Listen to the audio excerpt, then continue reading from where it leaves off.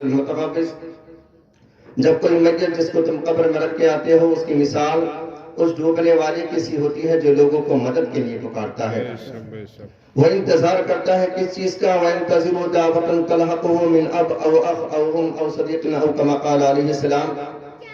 وہ انتظار کرتا ہے کہ میرے لیے میرا باپ، میرا بھائی، میرا دوست، میرا رشتہ دار کم میرے لیے بخشش کی دعا کرے گا۔ آقا اگر کوئی دعا کرے تو ہوتا کیا ہے، اذا لحقت ہو، جب کوئی زندہ مومن مردہ مومن یا مومنہ کے لیے بخشش کی دعا کرتا ہے تو دوسری حدیث پاک فَأَنزَلَ اللَّهُ عَلَىٰ أَهْلِ الْقُبُورِ كَأَمْثَالِ الْجِبَالِ مِنْ دُعَاءِ أَهْلِ الدُّنْيَا، زندوں کی برکت سے اللہ مردہ مومن کی قبر میں پہاڑوں جتنا نور نازل فرما دیتا ہے۔ جب وہ نور اس کو ملتا ہے تو وہ خوش ہو کر عرض کرتا ہے مِنْ عَيْنَ لِي هَذَا، یا اللہ یہ کہاں سے ملا؟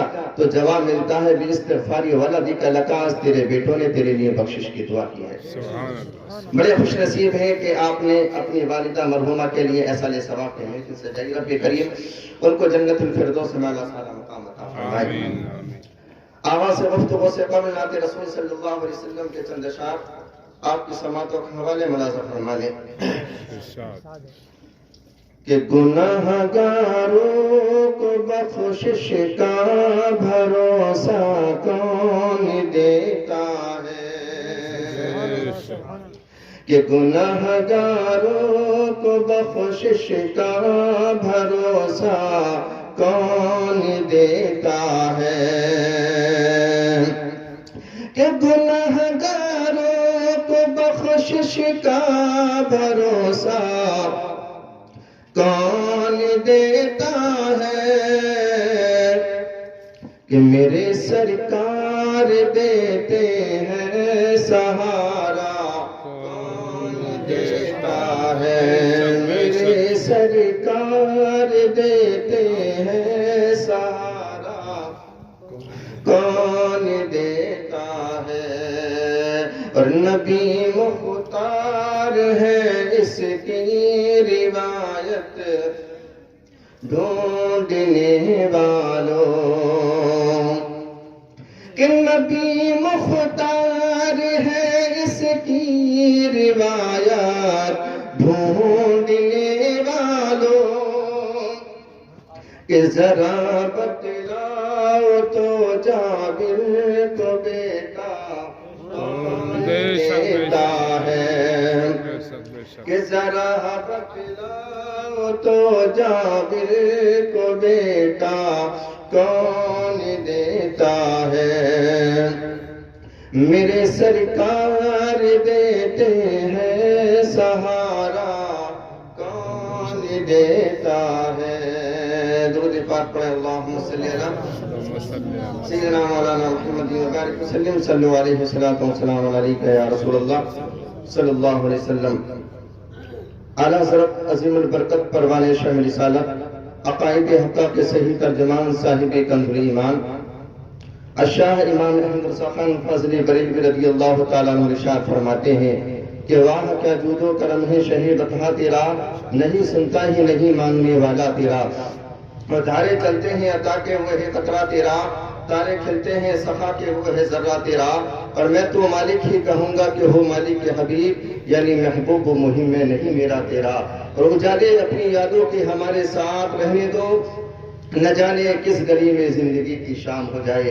حضرات، اللہ تبارک و تعالیٰ قرآن پاک میں ارشاد فرماتا ہے ذالک الکتاب لا ریب فیہ، یہ وہ کتاب ہے جس میں شک کی گنجائش نہیں۔ بے شک بے شک۔ حضرات، یہاں پر پڑھے لکھے لوگ بھی بیٹھے ہوئے ہیں، بک سے، پستکوں سے، کتابوں سے آپ کا سبق رہتا ہوگا۔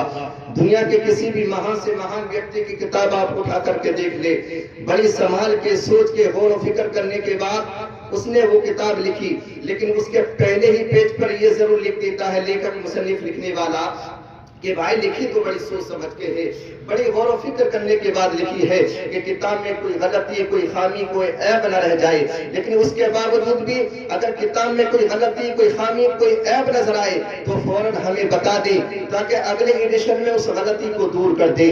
یہی نیت، یہی نیتی اپنا کر ایک دن ایک دیوانے نے قرآن کو اٹھایا اور اس کا پہلا پیج کھولا، اس میں تلاش کرنا شروع کر دیا کہ اس میں بھی لکھا ہوگا کہ غلطی رہ گئی ہو، خامی رہ گئی ہو، بتا دینا تاکہ اس غلطی کو دور کر دیں۔ ارے یہ دنیا کے قلمکار ہیں جو سوچ سمجھ کر لکھتے ہیں تب بھی غلطی رہ جاتی ہے، مگر قربان جاؤ اس قرآن پر جو عرش کی بلندیوں سے نازل ہوا ہے، دستور اسلامی کی حیثیت سے نازل ہوا ہے، جبریل امین جس کو لے کر آئے میرے مصطفیٰ کے سینے میں جو نازل ہوا ہے، جب اس قرآن کو اٹھایا اس کا پہلا پیج کھولا تو اس پہ لکھا ملتا ہے ذالک الکتاب لا ریب فیہ۔ ارے اس قرآن میں غلطی تو بہت دور کی بات، اس میں تو شک کی گنجائش تک نہیں۔ بے شک بے شک بے شک۔ حضرات قرآن سیکھیے، یہ قرآن ہے، قرآن اسے سیکھیے۔ بہت سارے ماڈرن گھرانے کے بچے ایسے ہیں جنہیں یاد ڈھنگ سے بسم اللہ بھی یاد نہیں، اور جانتے ہو بسم اللہ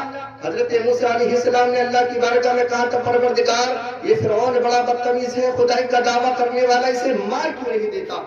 رب نے فرمایا ماریں گے مگر ابھی نہیں۔ حضرت موسیٰ نے کہا تھا پروردگار کیوں؟ رب نے فرمایا جس بنگلے میں وہ ٹھہرا ہوا ہے اس بنگلے کے گیٹ پر بسم اللہ الرحمن الرحیم لکھا ہوا ہے۔ یار وہ اتنا بڑا بدتمیز، خدائی کا دعویٰ کرنے والا، اگر اس کے گیٹ پر بسم اللہ الرحمن الرحیم لکھی ہوئی ہو اس پہ عذاب نہیں ہوتا تو جس کے سینے میں قرآن ہوگا، جس کے گھر میں قرآن ہوگا، اس پہ عذاب خدا کیسے داخل ہو سکتا ہے؟ بے شک بے شک بے شک۔ رات قرآن زندہ معجزہ ہے۔ اخبار ایک بار پڑھو اچھا لگے گا، دوسری بار پڑھو طبیعت نہیں چاہتی، کتنا ہی اچھا ناول ہو ایک بار پڑھو سکون ملے گا، دوسری بار پڑھو مزہ نہیں آتا۔ لیکن یہ قرآن ہے سبحان اللہ، 1400 سال ہو گئے ہم مصلوں پہ پڑھ رہے ہیں، ہم میلادوں میں پڑھ رہے ہیں، صبح ہوتی ہے تو سورہ یاسین پڑھتے ہیں، شام ہوتی ہے تو سورہ ملک پڑھتے ہیں، اور جتنی بار پڑھتے چلے جاتے ہیں اتنا ہی مزہ ملتا چلا جاتا ہے۔ یہ قرآن ہے، قرآن اس کی حفاظت کیجئے کیونکہ یہ قرآن دنیا میں بھی کام آئے گا اور مرنے کے بعد بھی کام آئے گا۔ انسان جب دنیا سے رخصت ہو جاتا ہے، دنیا سے چلا جاتا ہے، اس کے عزیز و قریب اسے قبر میں دفنا کے چلے آتے ہیں، لیکن جب ایک قرآن پڑھنے والا قبر میں جاتا ہے اس کی قبر میں روشنی ہوتی ہے، روشنی کرنے والا کہتا ہے ٹینشن مت لینا، گھبرانا مت، میں نے تیری قبر کی تاریکی کو دور کر دیا۔ وہ کہتا ہے تو ہے کون؟ کہ میں تیرا دوست ہوں، کہ دنیا میں جتنے دوست تھے سب مجھے چھوڑ کے چلے گئے، تو کون سا دوست ہے؟ وہ کہتا ہے میں رب کا قرآن ہوں۔ ارے جب ساری دنیا سو جاتی تھی تو مجھے جاگ کے پڑھتا تھا، دنیا میں تو نے مجھے نہیں چھوڑا، اب میں تجھے نہیں چھوڑوں گا۔ یہ قرآن ہے، قرآن اس کی حفاظت کیجئے۔ لیکن آج ہم نے کیا کیا؟ اس قرآن کو جزدان میں رکھ کر تاکوں کی زینت بنا دیا۔ ہمارے گھروں سے آواز آتی ہے تو فلمی گانوں کی، ہمارے گھروں سے آواز آتی ہے تو سیریل کی۔ اے مسلمانوں، اس قرآن کی آواز تمہارے گھر سے نہیں آئے گی تو پھر کس کے گھر سے آئے گی؟ قرآن سیکھیے، قرآن پڑھنا ہم سے آتا نہیں، دنیا کی باتیں خوب آتی ہیں۔ اگر کسی سے کہہ دیا جائے نا کہ یار قرآن پڑھ لیا کرو، قرآن پڑھنا آتا ہے، تو کہتا ہے مولانا قرآن پڑھنا نہیں آتا، کہ کیوں؟ کہ زبان نہیں پلٹتی۔ اچھا قرآن پڑھنے میں زبان نہیں لوٹ رہی، دنیا کی خرافاتوں میں خوب لوٹی پھر رہی ہے۔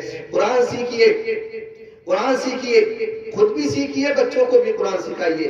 دیکھیے ہم جب شہر میں کام کرنے کے لیے جاتے ہیں نا اور شام کو گھر واپس پلٹتے ہیں تو ہر انسان کو 2 گھنٹے ملتے ہیں کم سے کم سونے سے پہلے۔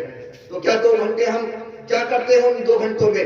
کم سے کم 2 گھنٹوں میں 1 گھنٹہ اپنے بچوں کو دے دیا کرو۔ لیکن مولانا صاحب آج ہم کیا کرتے ہیں؟ 1 گھنٹہ کم سے کم، اگر سونے سے پہلے ہمیں 1 گھنٹہ مل رہا ہے نا تو 1 گھنٹہ ہم موبائل چلاتے ہیں۔ آج تو حال یہ ہے کہ اگر ہم ایک دسترخوان پر بیٹھے ہوئے نا 4 بھائی تو کوئی ایک دوسرے کی خیریت پوچھنے کے لیے تیار نہیں ہے، سب اپنے موبائلوں میں لگے ہوئے ہیں۔ یار ان موبائلوں کو دور رکھو، اور دور رکھنے کے بعد جو تمہیں تھوڑا سا وقت مل رہا ہے ان تھوڑے سے وقت کو بچوں میں دو، اور بچوں سے کہو بیٹا آج صدیق اکبر کی بات کرنی ہے، آج عمر فاروق کی بات کرنی ہے، آج عثمان غنی کی بات کرنی ہے، آج مولا علی کی بات کرنی ہے، آج محمد رسول اللہ کی بات کرنی ہے۔ قرآن خود بھی سیکھیے، بچوں کو بھی قرآن سکھائیے۔ فَاسْأَلُوا أَهْلَ الذِّكْرِ إِن كُنتُمْ لَا تَعْلَمُونَ، جاننے والوں سے پوچھئے اگر تم نہیں جانتے ہو، اپنے علماء سے معلوم کیجئے۔ علم سیکھنے کی کوئی عمر نہیں ہوتی ہے، علم سیکھیے۔ دیکھیے امام اعظم ابو حنیفہ ایک محفل میں بیٹھے ہوئے ہیں، بچپن کا عالم ہے، جن کے ہم تقلید کرتے ہیں نا، بچپنے کا عالم ہے، ایک محفل میں بیٹھے ہوئے ہیں۔ اس محفل میں ایک بزرگ کھڑے ہوتے ہیں، کہتے ہیں سلونی، جو کچھ مجھ سے پوچھنا چاہتا ہے پوچھ لے۔ بچپن کا عالم ہے، آپ نے خود تو پوچھنا مناسب نہیں سمجھا،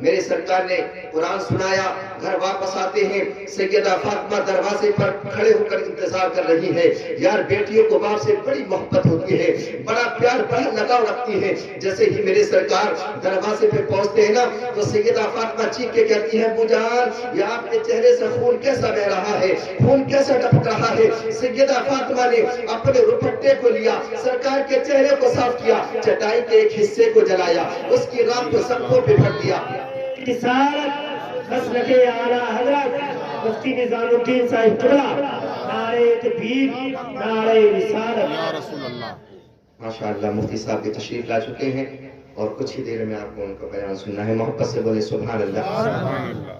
میرے سرکار جیسے ہی دروازے پہ آتی ہیں, سیدہ فاطمہ چیخ کے کہتی ہے, ابو جان یہ آپ کے چہرے سے خون کیسا ٹپک رہا ہے, خون کیسا بہ رہا ہے. سیدہ فاطمہ نے اپنے دوپٹے کو لیا اور سرکار کے چہرے کو صاف کیا, چٹائی کے ایک حصے کو جلایا اور اس کی راکھ کو زخموں پہ بھر دیا. اس کے بعد کہتی ہے, ابو جان میں آپ سے کچھ سوال کرنا چاہتی ہوں. کہ بیٹی کرو سوال. کیا آپ خدا کے سچے رسول ہے؟ کہ ہاں میں خدا کا سچا رسول ہوں. تمہارا قرآن سچا ہے؟ کہ ہاں ہمارا قرآن بھی سچا ہے. تمہارا دین سچا ہے؟ کہ ہاں ہمارا دین بھی سچا ہے. کہ ابو جان یہی سوال میں رب سے کرنا چاہتی ہوں. اے پروردگار اگر تو سچا ہے, تیرا دین سچا ہے, تو اتنا بتا کہ جب میرا باپ قرآن سناتا ہے تو لوگ پتھر کیوں مارتے ہیں, میرا باپ تبلیغ کرتا ہے تو لوگ کانٹے کیوں بچھاتے ہیں, گالیاں کیوں دیتے ہیں. میرے سرکار نے اتنا سنا. سیدہ فاطمہ کے منہ پہ ہاتھ رکھ کے کہا تھا, بیٹی رب سے شکوہ مت کرنا.